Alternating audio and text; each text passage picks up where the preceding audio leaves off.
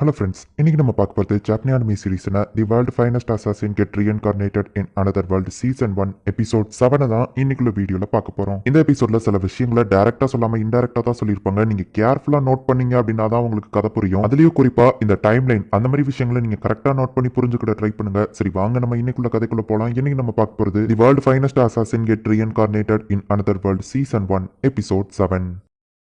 உடம்பு சரியில்லாத அந்த பாலாரோட பையனுக்கு நம்ம ஹீரோ சர்ஜரி பண்ணி காப்பாத்திருக்கான். ஆனா இந்த விஷயத்த நீ யார்கிட்டயும் வெளியே சொல்லிடாத, ஈவன் உங்க அம்மா கிட்ட கூட சொல்லாத அப்படின்னு நம்ம ஹீரோ சொல்றான். அந்த பையனும் சரி ஓகே அப்படின்னு சொல்றான். 2 or 3 ஒரு நெக்ஸ்ட் ஹெட்டா நீ மாற போறதுல எந்த ஒரு ஆச்சரியமும் இல்ல. நீ உண்மையிலேயே திறமசாலி, என் பையனை காப்பாத்தினதுக்கு தேங்க்ஸ் அப்படின்னு சொல்லி அவர் சொல்லவும், நீங்க எனக்கு தேங்க்ஸ்லாம் சொல்லணும்னு அவசியம் இல்லை, எப்படி இருந்தாலும் அவன் என்னோட தம்பி தானே அப்படின்னு நம்ம ஹீரோ சொல்றான். உங்க அப்பாவுக்கு நான் கடமைப்பட்டிருந்ததுனால தான் இல்லிக் பாலார் அப்படிங்கிற ஒரு ஃபேக்கான பையன் என் ஃபேமிலியில இருக்கிற மாதிரி நான் கிரியேட் பண்ணி வச்சிருந்தேன். இப்போ திரும்ப நான் உனக்கும் கடமைப்பட்டிருக்கேன், உனக்கு என்ன செய்ய போறேன்னு தெரியல அப்படின்னு சொல்லி அவர் சொல்லவும், எனக்கு தேவைப்படுற நேரம் நான் பாலி கில்லாரா இந்த இடத்துக்கு வந்துட்டு போக பெர்மிஷன் வேணும் அப்படின்னு நம்ம ஹீரோ சொல்றான். ஓ, உன்னோட அசாசினேஷன் பிளானுக்கு அதுவும் ஹெல்ப்ஃபுல்லா தான் இருக்கும் அப்படின்னு அவர் சொல்லிட்டு மாகாவை அடாப்ஷன் பண்ணதுக்கான டாக்குமெண்ட், இதுக்கப்புறம் அவனோட சிஸ்டர் அப்படின்னு சொல்லி அவர் அந்த டாக்குமெண்ட்டை கொடுக்குறாரு. இப்போ நம்ம ஹீரோ 6 மாசமா அந்த இடத்துல இருக்கான். இந்த கடை எப்படி இருக்கு அப்படின்னு கேட்கப்போ சூப்பரா இருக்கு அப்படின்னு நம்ம ஹீரோ சொல்றான். நம்ம பாலார் கம்பெனி இந்த இடத்துல ஒரு லிக்கர் ஷாப் வச்சிருந்தோம், ஆனா அது அந்த லெவலுக்கு பெருசா ஓடல. இப்போ நான் இந்த கடையை உன்கிட்ட ஒப்படைக்கிறேன், இதுல நீ புதுசா வேற ஏதாச்சும் ஒரு பிசினஸ் ஆரம்பி, இந்த கடையை உன்னால முன்னேற்ற முடியுங்கிறது எனக்கு தெரியும், உன் எனக்கு நம்பிக்கை இருக்கு அப்படின்னு சொல்லி அவர் சொல்றாரு.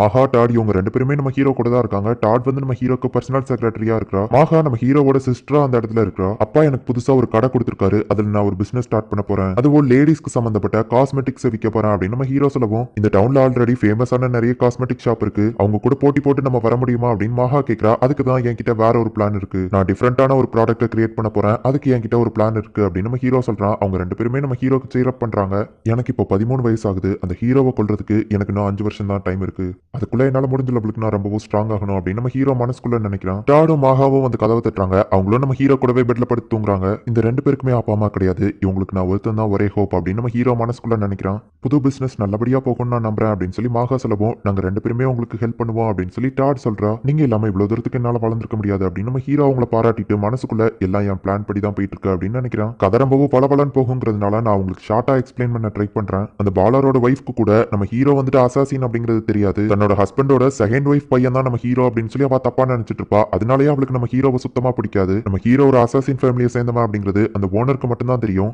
அந்த இடத்துல இருக்கிற மத்தவங்களை பொறுத்த அளவுக்கு நம்ம ஹீரோ வந்துட்டு அவரோட செகண்ட் ஒய்ஃபோட பையன் தான். நம்ம ஹீரோ வந்து ஒரு காஸ்மெட்டிக் ஷாப் வைக்க போறேன் அப்படின்னு சொல்லி மாஸ்டரைசர் அப்படிங்கிற ஒன்னு ரெடி பண்ணி கொடுக்குறோம். அது எப்படி இருக்குங்கிறத டெஸ்ட் பண்ணி பார்க்கறதுக்காக தான் அந்த ஓனரோட ஒய்ஃபை கூப்பிட்டுருக்காங்க. காஸ்மெட்டிக்ஸ்ல இருக்கிற மேக்கப் உங்க ஸ்கின்னை டேமேஜ் பண்றதுக்கான வாய்ப்பு இருக்கு, இந்த மாஸ்டரைசர் உங்க ஸ்கின்னை ப்ரொடெக்ட் பண்ணும், அது போக நேச்சுரலாவே உங்க ஸ்கின்னுக்கு அழகா கொடுக்கும் அப்படின்னு நம்ம ஹீரோ சொல்றான். அந்த லேடியோ அதை யூஸ் பண்ணி பார்த்துட்டு இது ரொம்பவும் சூப்பரா இருக்கு அப்படின்னு சொல்றா. இதை பார்க்க ஆயில் மாதிரியோ தெரியல, இதை எப்படி கிரியேட் பண்ண அப்படின்னு சொல்லி அவர் கேட்கிறாரு. இதுக்கு மேல இப்ப நீங்க மேக்கப் ட்ரை பண்ணி பாருங்க அப்படின்னு நம்ம ஹீரோ சொல்றான். அந்த லேடியோ அதை போட்டு பார்த்துட்டு இதுக்கு முன்னாடி நான் இவ்வளவு அழகா எனக்கு தெரிஞ்சதே இல்ல அப்படின்னு சொல்லிட்டு ரொம்பவும் சந்தோஷமாகறா.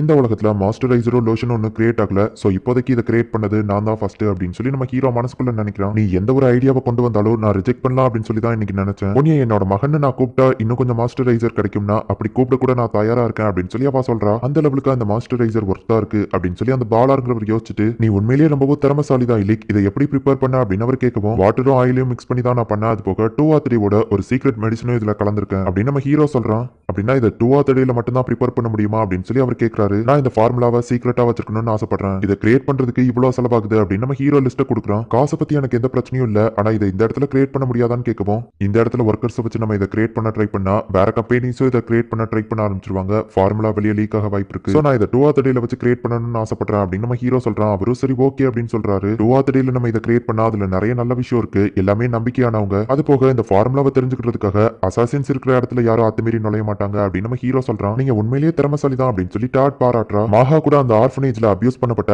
அந்த லேடிஸ் இப்ப நம்ம ஹீரோவோட அந்த ஷாப்ல வேலை பாக்குறாங்க. மாஸ்டரைசர் விற்கிற நம்ம ஹீரோவோட ஷாப் 6 மாசத்துல ரொம்பவும் டெவலப் ஆயிடுச்சு. மாகா தான் அதுல அசிஸ்டன்ட் மேனேஜரா ஒர்க் பண்றா. காஸ்மெட்டிக் ஷாப்ல நம்ம ஒர்க் பண்றோம், சோ நம்ம பார்க்க எப்பவும் அழகா இருக்கணும் அப்படின்னு சொல்லி மத்தவங்களுக்கு அவ மேக்கப்போ பண்ணி விடுறா. மாகாவோட ஃப்ரெண்ட்ஸ் நீங்க இதுல போட்டது உண்மையிலேயே எனக்கு சந்தோஷமா இருக்கு அப்படின்னு டாட் சொல்ல, இதுல நான் எதுவுமே பண்ணல, மாகா தான் அந்த டிசிஷன் எடுத்தா. அழகான பொண்ணுங்க அந்த கடையில வேலை பார்த்தா தான் நல்லா இருக்கும், அது போக அவங்க எல்லாரும் அவளோட சின்ன வயசு ஃப்ரெண்ட்ஸ், மாகா எது சொன்னாலும் அவங்க கேட்பாங்க, சோ கடையும் நல்லா டெவலப் ஆயிடுச்சு, எல்லாமே என் பிளான் படி தான் போயிட்டு இருக்கு அப்படின்னு நம்ம ஹீரோ சொல்றான். இந்த ஃபார்முலாவை தெரிஞ்சுக்கிறதுக்காக கம்பெனிக்குள்ள சீக்கிரட்டா நிறைய ஸ்பை வந்துகிட்டே இருக்காங்க அப்படின்னு சொல்லி டாட் சொல்றா. மத்த கம்பெனிஸ் அதோட மட்டும் நிக்க மாட்டாங்க அப்படின்னு நம்ம ஹீரோ சொல்றான். நம்ம ஹீரோவோட மாய்ஸ்சரைசரை பக்கத்து நாட்டு குயின் கூட யூஸ் பண்ணணும்னு ஆசைப்படுறாங்க, அந்த லெவலுக்கு அது ஃபேமஸா இருக்கு. நம்ம ஹீரோவோட வீட்டுக்குள்ள ஒரு ஸ்பை வாரான் அப்படிங்கறத நம்ம ஹீரோ நோட்டீஸ் பண்றான். அவன் என்ன கிட்னாப் பண்ணிட்டு போய் அந்த ஃபார்முலாவை தெரிஞ்சுக்கிறதா ட்ரை பண்ண போறான், ஆனா அப்படின்னு நம்ம ஹீரோ நினைக்கிறான். நினைக்கிறான். பார்த்தா டாட் நம்ம ஹீரோவோட ரூம்குள்ள வந்து அவன் எந்த இடத்துல இருப்பாங்கிறது தெரிஞ்சு கரெக்டா குத்திருந்தா அவனை நான் பிடிச்சிட்டேன் அப்படின்னு சொல்லி மாகாவா அந்த இடத்துக்கு வாரா. பரவாயில்ல அவன் வந்ததை நீங்க கூட நோட்டீஸ் பண்ணீங்களா அப்படின்னு சொல்லி நம்ம ஹீரோ கேட்டுட்டு மாகாக்கும் டாடுக்கும் இப்ப பேஸ்மெண்ட்க்கு காஃபி எடுத்துட்டு போறான். இதெல்லாம் வச்சு பார்க்கும்போதே மாகாவுக்கும் நம்ம ஹீரோ அசாசின் டெக்னிக்ஸ் கத்து கொடுத்துருப்பான் அப்படிங்கிறது தெரியுது. உன்னை அனுப்புனது யாருன்னு சொன்னா உன்னை உயிரோட விடுறதுக்கான சான்ஸ் இருக்கு அப்படின்னு மாகா சொல்லவும் மிஸ்டர் லூக பிடிக்க வந்தவன உயிரோட விட சொல்றியா அப்படின்னு சொல்லி டாட் கேட்கவும் சரி அப்படின்னா நீ உண்மையை சொன்னா உன்னை வலிக்காம கொள்றோம் அப்படின்னு சொல்லி மாகா சொல்றா. இல்ல நம்ம வலிக்கிற மாதிரி தான் கொல்லணும் அப்படின்னு சொல்லி டாட் சொல்றா.